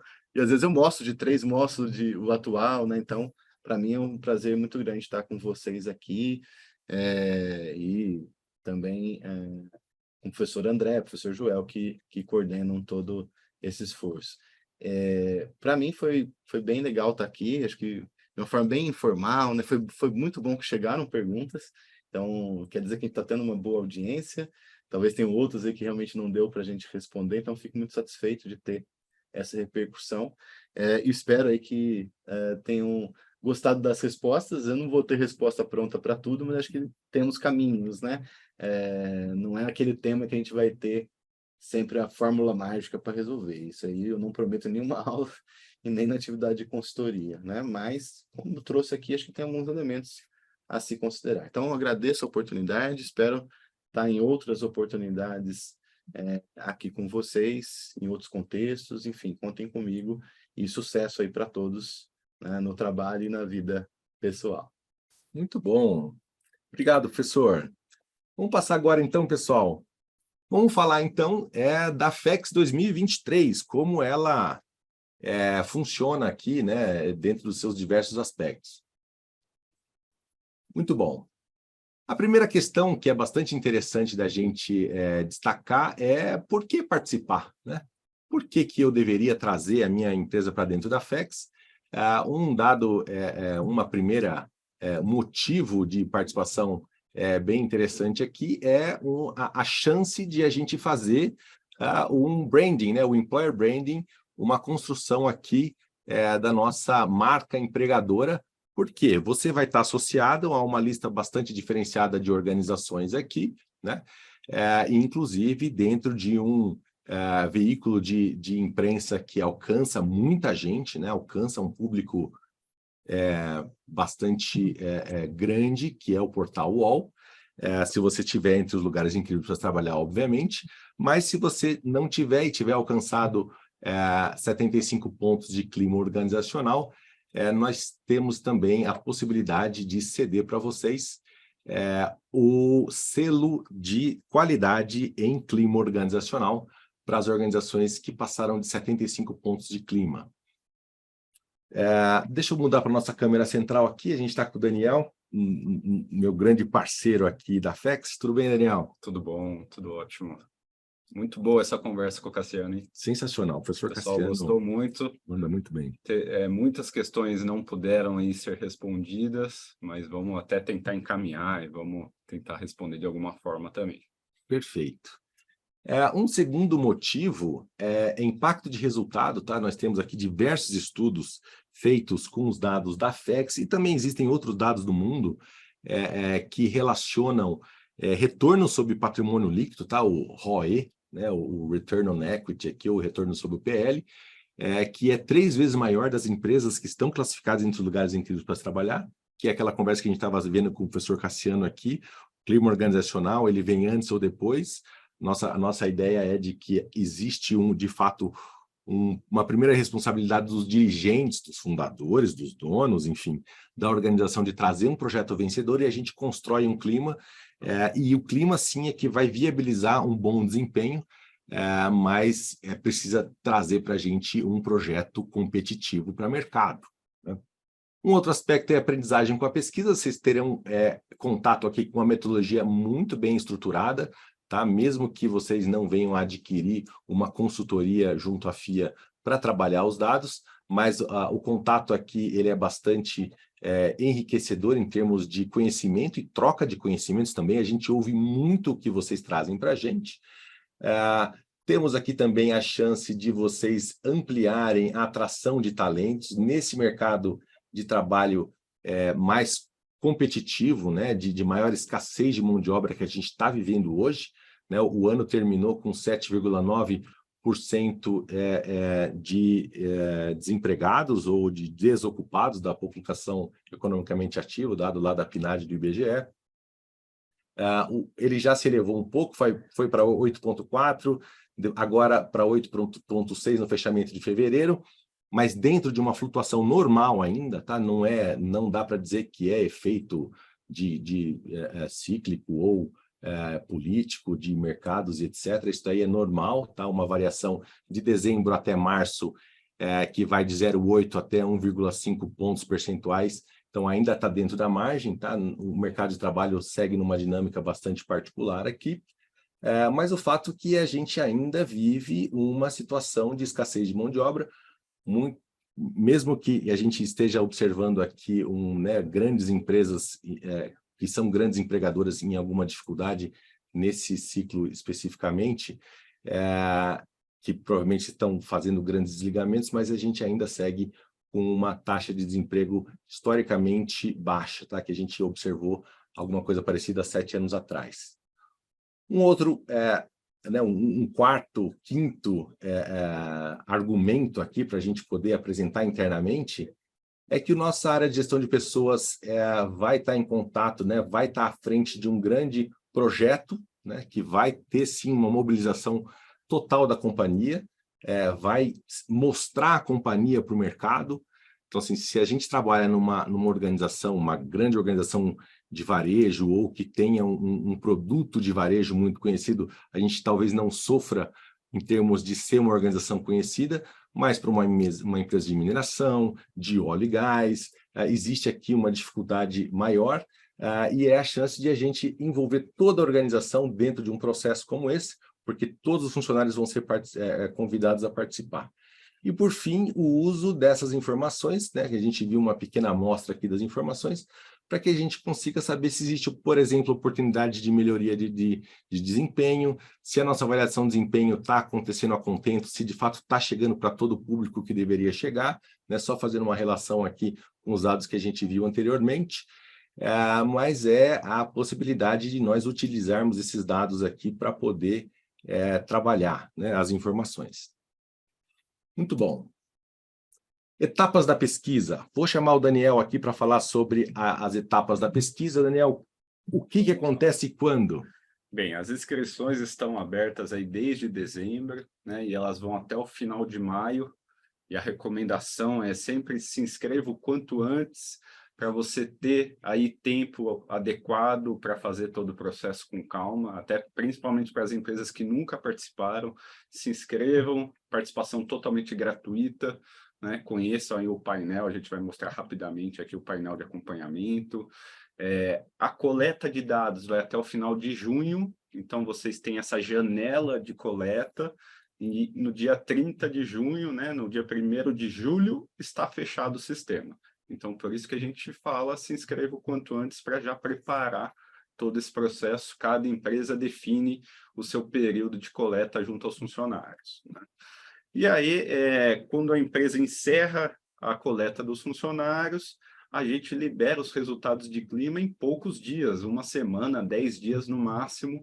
Esses resultados de clima estão liberados dentro da nossa plataforma, a plataforma Atmosfera, para que vocês tenham aí o acesso para a tomada de decisão, né? Esse é um dos principais objetivos dessa iniciativa, que as empresas utilizem os resultados, os dados, a base de dados é riquíssima, né? E no processo de premiação, em julho, nós teremos auditoria, onde são verificadas aí as práticas de gestão, e a premiação, aí a divulgação dos resultados finais em agosto, setembro, e teremos um grande evento de premiação que a gente está montando e vamos divulgar, previsto aí, a gente está vendo outubro, provavelmente, esse evento. Muito bem. Conta para a gente, então, né, como é que é a estruturação da pontuação, né, o que conta dentro da metodologia para que uma empresa possa se classificar dentro dos lugares incríveis ou receber o certificado de clima organizacional. Vamos lá, então. Na premiação, a gente tem o chamado IFEX, Índice FIA Employee Experience. Na verdade, ele é formado por outros 5 índices. Então, temos o índice de clima, né, o ICO, Índice de Clima Organizacional, é o que vale mais, 60% da nota. Né? Vai a pesquisa de clima, as assertivas de clima que são colocadas diante dos funcionários. Temos o Índice de Gestão de Pessoas, o IGP, onde aí o foco são as práticas de gestão, um questionário que o RH tem que responder explicando sobre as práticas, né? Se tem ou não determinada prática e como que ela funciona, isso vale 25%. E temos os 3 outros índices que vêm dos funcionários. Esse índice novo, dentro da nossa metodologia, é o chamado IMET, que vale 5%, onde eu estou entendendo essa conexão do colaborador com a organização, né? A força da marca, como é que é esse alinhamento, um pouco de entendendo a entrega da... eu não vou perguntar direto sobre o funcionário, mas a entrega dos colegas, a entrega da empresa como um todo. Tem o Elite, onde eu estou verificando a percepção do funcionário sobre o gestor imediato, nível de coerência, a ferramenta de feedback que foi tão discutida hoje aqui, né? E esse estilo, né? Como é que a gente vê o estilo desse gestor imediato, e a gente já trabalha muito com isso, já sabe qual que é os impactos dependendo do estilo desse gestor. E o ICEO, onde a gente está perguntando para o funcionário, você conhece o CEO, né? Na verdade, a pessoa que é a principal responsável pela empresa, seja o nome que tenha, você confia nessa pessoa, como que você avalia a gestão? Então, eu estou entendendo aqui a alta liderança e fechando todo esse conceito, né? Um pouquinho aí desse employee experience, toda a jornada do colaborador no chamado IFEX, né? E aí a gente chega na premiação dos lugares incríveis para trabalhar, né? O ranqueamento final. Em paralelo, o Felipe já disse, mas nós emitimos um certificado de clima que vai analisar só o ICO, só o índice de clima. Se a empresa atingiu 75 pontos e a amostra mínima, né, cada empresa tem uma amostra a ser atingida, vai receber o certificado automaticamente. Tanto premiação quanto certificação totalmente gratuitos. Muito bem. Inscrição, prazo, você já falou, mas tem um dado importante aqui para você destacar. A participação, a gente lembra sempre que é gratuita. Quem pode se inscrever são empresas acima de 50 funcionários, muito simples, não participam os terceirizados e os menores aprendizes. Os demais, CLTs, PJs dedicados, associados, né, participam normalmente. Os períodos a gente já falou, né, o link fex.fia.com.br/inscrição, né, sem o cedilha e sem o tio, muito simples. O painel, quando você se inscreve, você recebe um e-mail automático com um link de acesso e um login para acessar esse painel, que é onde tem todos os passos a serem seguidos. Qualquer tipo de dúvida, vocês podem entrar em contato conosco, com a nossa equipe. O painel, a ideia é que os RHs consigam navegar sozinhos, claro, mas nossa equipe está dedicada a ajudar vocês nesse processo. E dentro do painel tem aí o acompanhamento em tempo real das respostas, da quantidade, né, de respostas dadas pelos funcionários. Então, você consegue acompanhar o número de respondentes em cada área dentro do processo. E aí, aqui a gente traz algumas telas do funcionário, quando ele vai acessar ao questionário, né? Aqui são telas até de mobile, né? Tanto faz computador, desktop, tablet, o acesso é de qualquer navegador, né? E lembrando que é totalmente sigiloso, anônimo o processo, já de acordo com a LGPD, isso é importantíssimo, é sempre importante ressaltar. A gente pede informação, o único dado pessoal ou é o CPF ou é a matrícula, mas a gente não usa essa informação no pós-pesquisa, essa informação é descartada já totalmente de acordo com a LGPD. Falar um pouquinho do uso gerencial dos dados. A gente não teve aqui chance de mostrar largamente os resultados, né? O que a gente tem de possibilidade de informação desse processo, mas é alguma coisa bastante rico, tá? Muitas organizações utilizam isso daqui como a própria pesquisa de clima, Também é muito frequente que, por exemplo, uma organização multinacional tenha uma pesquisa de clima global, mas acaba utilizando essa ferramenta para poder fazer a gestão de clima organizacional, porque é uma metodologia mais ajustada ou perfeitamente ajustada à realidade brasileira.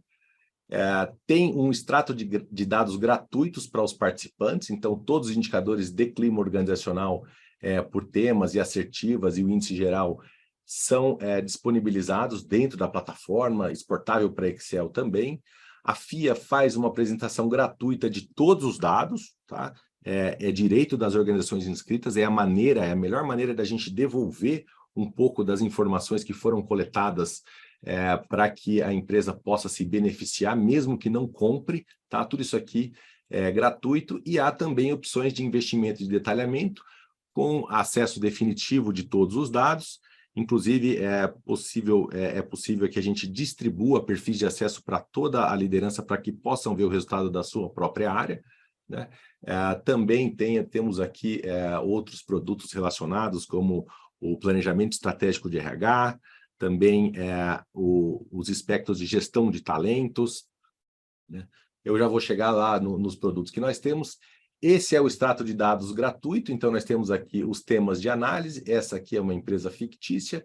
Estou comparando aqui com média dos lugares incríveis. Nós temos todos os temas aqui, mas também abrem-se para todas as assertivas. Tudo isso daqui é exportável para Excel. Temos aqui o gráfico radar também para poder fazer uma avaliação mais visual dos dados. A marcação dos indicadores aqui em cores azul, cinza e vermelho para facilitação das leituras. E esses são o nosso portfólio de produtos relacionados, tá? Nós temos aqui a possibilidade de trabalhar a plataforma enquanto gestão de clima organizacional. Então, nós temos aqui o plano padrão, que vai trazer para a gente os dados abertos por cargo, por tempo de casa, e por idade, e algumas outras variáveis aqui para a gente fazer uma gestão mais centralizada de clima organizacional. O plano essencial, em que a gente já tem abertura por áreas e que cada um dos gestores vai poder fazer o perfil o acesso pela plataforma e ver os seus próprios resultados para poder fazer o cascateamento interno dos seus resultados. E o plano avançado, que é, inclusive, o mais adquirido por todas as organizações, porque aqui nós temos dados de saúde, nível de estresse, aquilo que a gente viu de feedback, né? O efeito do feedback, fazer a sensibilização das pessoas, para que a gente possa ter aqui a chance de poder trabalhar em um aspecto bastante amplo, todo o pacote de diversidade, a aderência à cultura da organização, saber quais são as áreas que têm uma subcultura um pouco difusa e para a gente poder trabalhar de maneira mais próxima. O planejamento estratégico de RH, que é um grande referencial de benchmarking, né? De melhores práticas de gestão, que é o plano padrão, ou então, de fato, um profissional da FIA que vai ser destacado para poder fazer, junto com a área de gestão de pessoas, o planejamento estratégico para até 3 anos. Então, a gente faz ali o mapeamento de como as práticas estão implementadas hoje, o quanto elas estão, de fato, sendo praticadas e fazem parte do espectro de gestão, né? Que já vem para o plano essencial. Temos a avaliação do CEO, que nós vamos ter a chance aqui de saber o quanto as pessoas conhecem a principal liderança da organização, seja CEO, seja o diretor executivo, seja o superintendente, enfim, a nomenclatura, como o Daniel falou, a nomenclatura que vier a ser trazida aqui, para justamente a gente ter uma medida do quanto a gente trabalha com a exposição da imagem do CEO ou não, né? Ao mesmo tempo em que a gente vai ter uma medida do quanto as pessoas confiam no CEO pelos diversos estratos da organização. Então, se eu tenho essa abertura por áreas, por cargos, saber como é que é a relação da liderança com o CEO, e também como as pessoas avaliam, né? A gente falou aqui diversas vezes que é papel dos dirigentes da organização trazer um projeto vencedor para dentro da empresa, né? E a possibilidade aqui de a gente entender como o público interno está avaliando essa questão, né? de como está sendo conduzido os grandes movimentos da organização. É bem interessante, por mais que não seja a informação única a ser seguida aqui, mas é muito interessante saber como o público interno está percebendo. A gestão de talentos, ou o módulo de talent, vou até falar para o Daniel que essa é a grande área de conhecimento dele, né? A dissertação de mestrado. Bem, Como é que a gente pode trabalhar com os dados de talent, Daniel, nesse mercado competitivo que a gente tem agora? Eu sou suspeito que realmente eu gosto muito desses dados, eu usei na minha dissertação de mestrado. Aqui o foco passa a ser realmente o motivacional do público, né? Então, a gente pergunta primeiro por que o funcionário entrou nessa organização, o que levou ele a entrar, né? Então, o fator de entrada. Depois, na sequência, a gente pergunta, tá, você entrou por esse motivo, e agora? Por que você permanece, né? Qual que é? Você está por causa do salário, por causa de carreira, né? Por causa de aprendizado? Depois a gente vai e pergunta, funcionário, quanto tempo você quer permanecer nessa organização? E a gente começa a separar o público. Tem pessoas que já estão de malas prontas para sair, querem ficar no máximo 1 ano, e tem muitas pessoas que querem se aposentar nessas organizações. Às vezes o RH não está nem preparado para isso, para entender que tem tanta gente que quer ficar tanto tempo nas empresas, né? Para o público que está de malas prontas, a gente pergunta o que levaria essa pessoa a sair, porque essa pessoa já está pensando nisso. Então, onde que, de repente, a empresa já pode estar errando em alguma coisa? Ah, essa pessoa não está tendo oportunidades, ou é o líder que está fazendo com que essa pessoa queira sair. Então, a gente está entendendo o que está motivando essa pessoa no seu dia a dia para ela ficar, ou para, de repente, ela pensar em deixar. E a gente vai até, assim, eu quero entender o mercado de trabalho na cabeça desse funcionário. Funcionário, no mercado de trabalho, você está atento, você está vendo outras oportunidades, você está sendo assediado por outras empresas, né? E é muito interessante quando a gente separa esses dados por área, por cargo, por tempo de empresa, né? Todas as variáveis que nós temos. Se eu separar uma área de TI, a gente verifica facilmente aí que ela é muito mais assediada pelas outras empresas, o percentual de funcionários, né, que recebem aí convites para deixar a organização atual e ir para outras empresas, né? E aí a gente ainda pergunta ainda sobre realização profissional, o que faz esse funcionário, esse colaborador se sentir realizado, né? Então é uma análise profunda que traz muitos insights para a organização. Eu falo sempre que eu brinco sempre que é um sniper, né? Onde você vai mirar lá na asinha da mosca, lá na parede, né? Você vai ver o público específico que você precisa trabalhar e qual a melhor forma de trabalhar com esse público. Muito bem.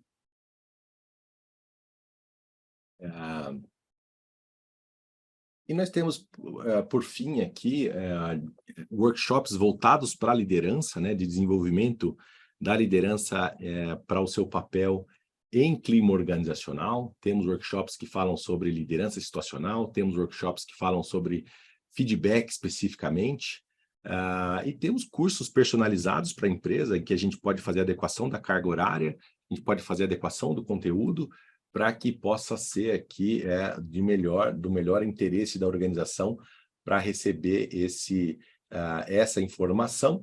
Mas aqui dentro da FEX, os cursos são de curtíssima duração.